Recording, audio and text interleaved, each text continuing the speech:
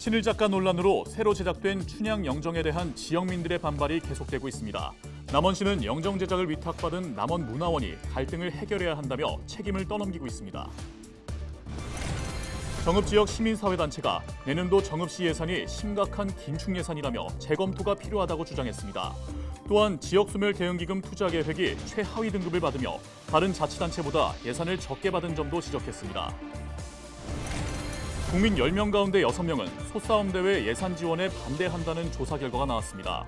광주와 전남, 전북 지역은 반대 응답 비율이 전국 평균보다 높은 것으로 집계됐습니다.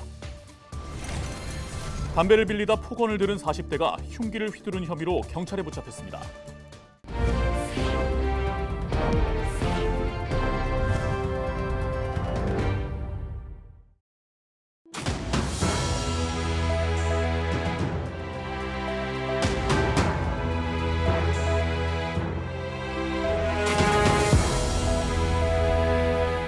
시청자 여러분 안녕하십니까? 헬로티비 전북뉴스입니다. 친일 작가 논란으로 새로 제작된 춘향 영정에 대한 지역민들의 반발이 계속되고 있는데요. 시민단체들은 물론이고 남원시회도 춘향 영정을 다시 만들 것을 촉구하고 있습니다. 남원시는 영정 제작을 위탁받은 남원문화원이 갈등을 해결해야 한다며 책임을 떠넘기고 있습니다. 김남호 기자가 취재했습니다. 춘향 영정의 부적절함을 알리는 1인 시위가 남원문화원 앞에서 4개월째 계속되고 있습니다. 남원시와 남원문화원은 지난 5월 친일 화가로 알려진 이당 김은호가 그린 춘향 영정 대신 김현철 작가에게 요청해 새로운 영정을 제작했습니다. 하지만 국악인을 비롯한 일부 남원 시민들은 제대로 고증되지 않은 작품이라며 반발하고 있습니다. 춘향의 모습과도 안 맞고 역사와도 안 맞고 춘향 정신과도 맞지 않는 게 고증과 검증이 잘못된 거지요. 고증했다고 맞다고 하는 그 근거가 어디가 있습니까? 왜 춘향이가 이런 벌생머리를 해야 됩니까?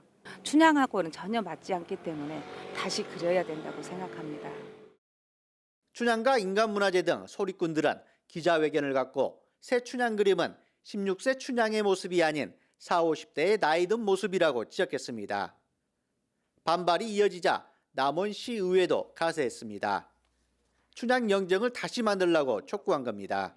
많은 시민과 전국 예술인들이 남원의 문화적 정신인 춘향 영정이 지역 정서와 문화적 배경으로 새롭게 봉안되길 바라기에 최경식 시장님의 합리적인 시정 요구를 바랍니다. 남원시는 새로운 춘향 영정을 둘러싼 갈등과 봉합 책임을 남원문화원에 돌렸습니다.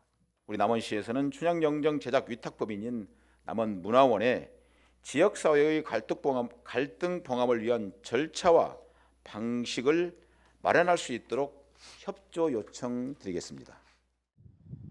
그러나 남원문화원은 수차례의 자문과 고증을 거쳐 새로운 영정이 제작됐다는 입장입니다. 춘향 영정 재추진 여부는 남원시와 협의하겠다고 덧붙였습니다.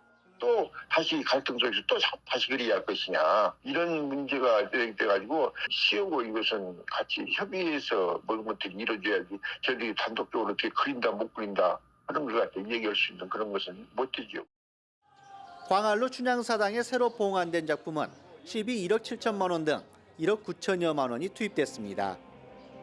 영정이 부적절하다는 비판은 지난 5월 춘향사당 봉안 때부터 끊이지 않고 있습니다. 남원시가 수억 원의 예산을 들여 제작한 춘향 영정을 또다시 바꿔야 한다는 주장이 계속되면서 예산만 낭비했다는 비난도 높아지고 있습니다. 헬로티비 뉴스 김나우입니다. 60년 후에는 국내 여름 배추가 사라지고 전국에서 키위를 재배하게 될 것이라는 예측이 나왔습니다. 농촌진흥청은 기후학적 재배지 변동 예측 결과를 발표해 지난달 기상청으로부터 국가기후변화 표준 시나리오로 인정받았다고 밝혔습니다. 예측 결과 과거 30년 동안 남해안 일부 지역에서 재배했던 키위는 2090년이면 재배지가 강원도 일부를 제외한 전국으로 확대될 것으로 예상됐습니다. 남해안 제주 등에서 키우는 난지형 마늘 역시 키위처럼 2100년대에는 전국 재배가 가능할 것으로 나타났습니다. 반대로 고랭지 재배가 적합한 여름 배추는 2050년대에 재배지가 눈에 띄게 줄고 2090년대에는 아예 사라질 것으로 분석됐습니다. 국민 10명 가운데 6명은 소싸움 대회 예산 지원에 반대한다는 조사 결과가 나왔습니다. 정읍녹색당은 여론조사 결과 동물학대 논란이 있는 소싸움 대회에 지자체가 예산 지원하는 것에 대해 견해를 묻자 60.9%가 반대했다고 밝혔습니다. 또 부산과 울산, 경남 지역에서도 찬성보다 반대가 높고 광주, 전남, 전북 지역은 반대 응답 비율이 전국 평균보다 높게 나왔다고 설명했습니다.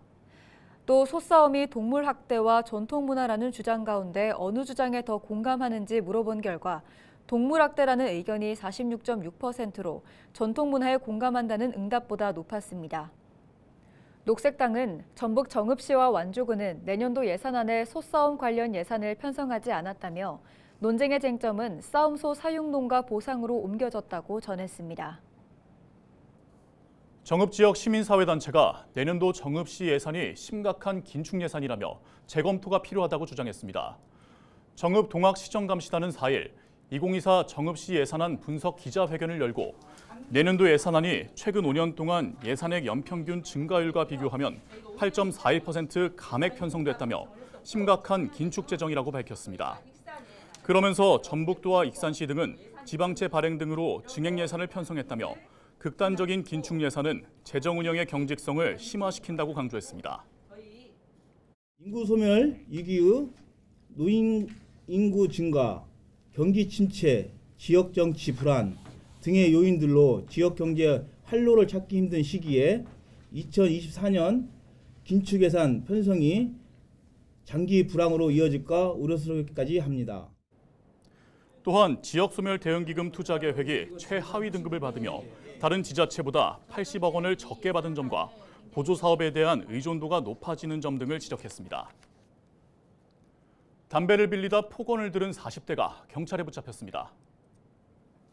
정읍경찰서는 살인미수 혐의로 40대 A씨를 현행범으로 체포하고 구속영장을 신청했다고 4일 밝혔습니다. A씨는 지난 2일 새벽 3시쯤 정읍시 수성동의 한 아파트 앞에서 20대 B씨 등 3명에게 흉기를 휘두른 혐의를 받고 있습니다.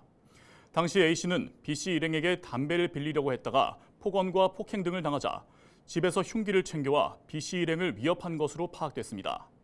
신고를 받고 출동한 경찰은 A씨를 현행범으로 체포하고 정확한 사고 경위 등을 조사하고 있습니다.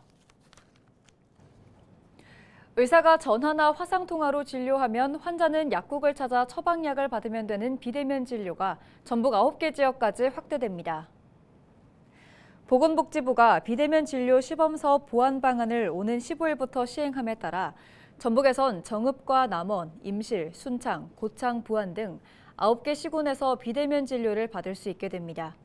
또 6달 안에 대면 진료를 받은 적 있는 의료기관에선 질환과 관계없이 비대면 진료를 받을 수 있고 휴일이나 야간엔 초진 환자도 비대면 진료가 가능합니다. 겨울철 전통시장은 화재 위험에 취약한 곳입니다. 다닥다닥 붙어있는 점포 사이로 전깃줄이 얽혀있고 천막 등 불쏘시개가 될 만한 물건들이 널려있기 때문인데요.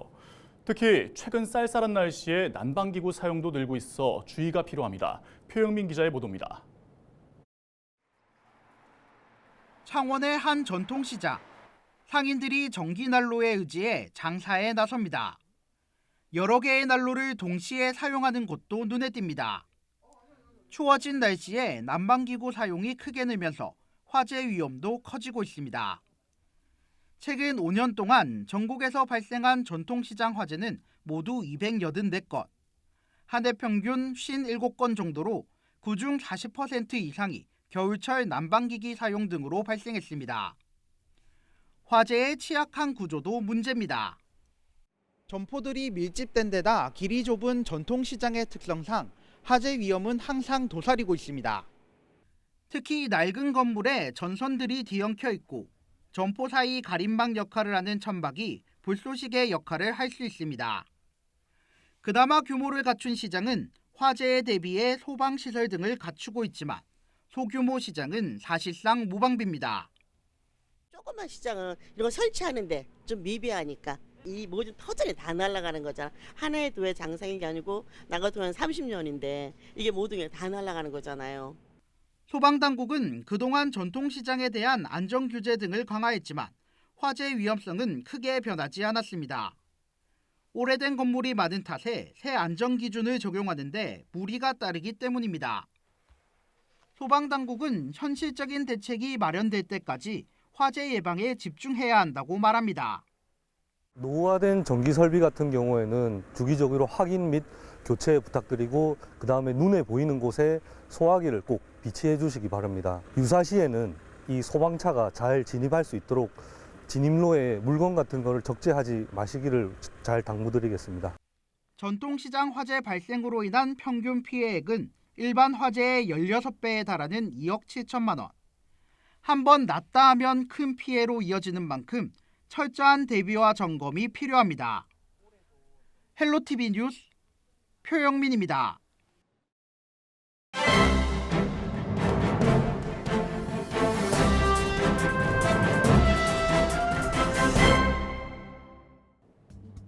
신문브리핑 전북 도민일보 기사입니다.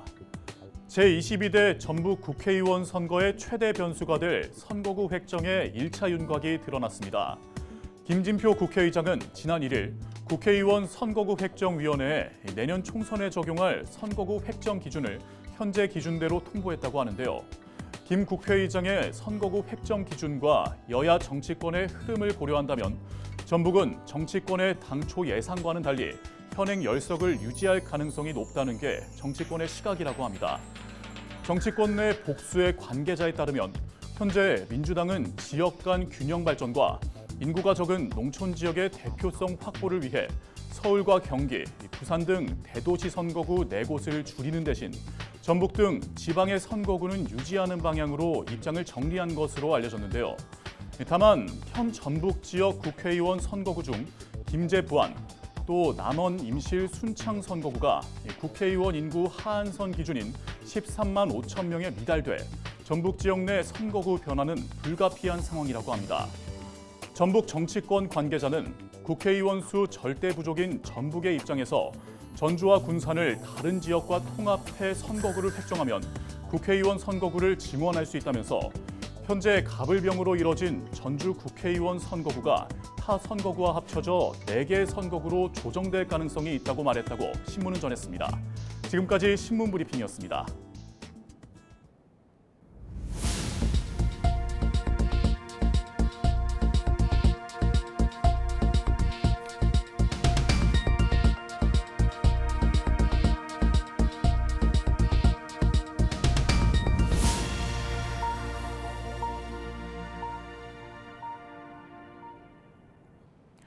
고려와 조선의 건국설화를 담은 임실 성수산 왕예숲 국민 여가 캠핑장이 인기를 끌고 있습니다. 임실군은 캠핑장 개장 2달 만에 전국 각지에서 2천여 명이 방문했다며 수려한 경관과 인근 책카페 등이 인기 요인으로 꼽았습니다. 향후 상이암 관광, 캠핑장 옆에 있는 숲속 놀이터 같은 시설들을 함께 활용해서 더 유익하고 교육적인 캠핑장이 되도록 노력하겠습니다. 정읍 지역에 살고 있는 청소년 가운데 20대 이후에도 계속 거주하겠다는 응답자가 10명 중 1명에 불과한 것으로 나타났습니다. 청소년 자치지원단체인 정읍 달그락달그락은 최근 정읍 청소년 삶의 질을 주제로 포럼을 개최했습니다. 이 자리에서 큼 청소년 행복연구소 박경미 센터장은 지난 7월 정읍시 23개 읍면동에 거주하는 청소년 214명을 대상으로 삶의 질에 대한 주제로 설문조사를 벌였다고 밝혔습니다. 박 센터장은 설문조사 응답자의 8.9%가량인 19명만 20대 이후에 정읍시에 거주할 것이라고 답했다면서 이 같은 결과는 정읍시의 청소년과 청년 정책 부족을 반증한 것이라고 주장했습니다.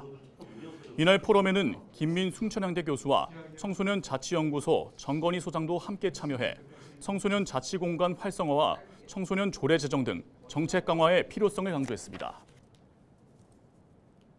정읍시립박물관이 부안청자박물관과 협업해 고려청자 하늘을 비추다 테마전을 개최합니다. 5일부터 내년 3월까지 열리는 기획전에서는 부안 유천리에서 출토된 벼루와 매병, 고려청자와 일제강점기부터 정읍에서 발견된 청자 주전자와 대접 등을 살펴볼 수 있습니다. 또한 고려청자 무늬를 활용한 미디어 예술을 감상하고 전시와 연계된 체험 활동을 할 수 있습니다. 이어서 날씨 전해드립니다.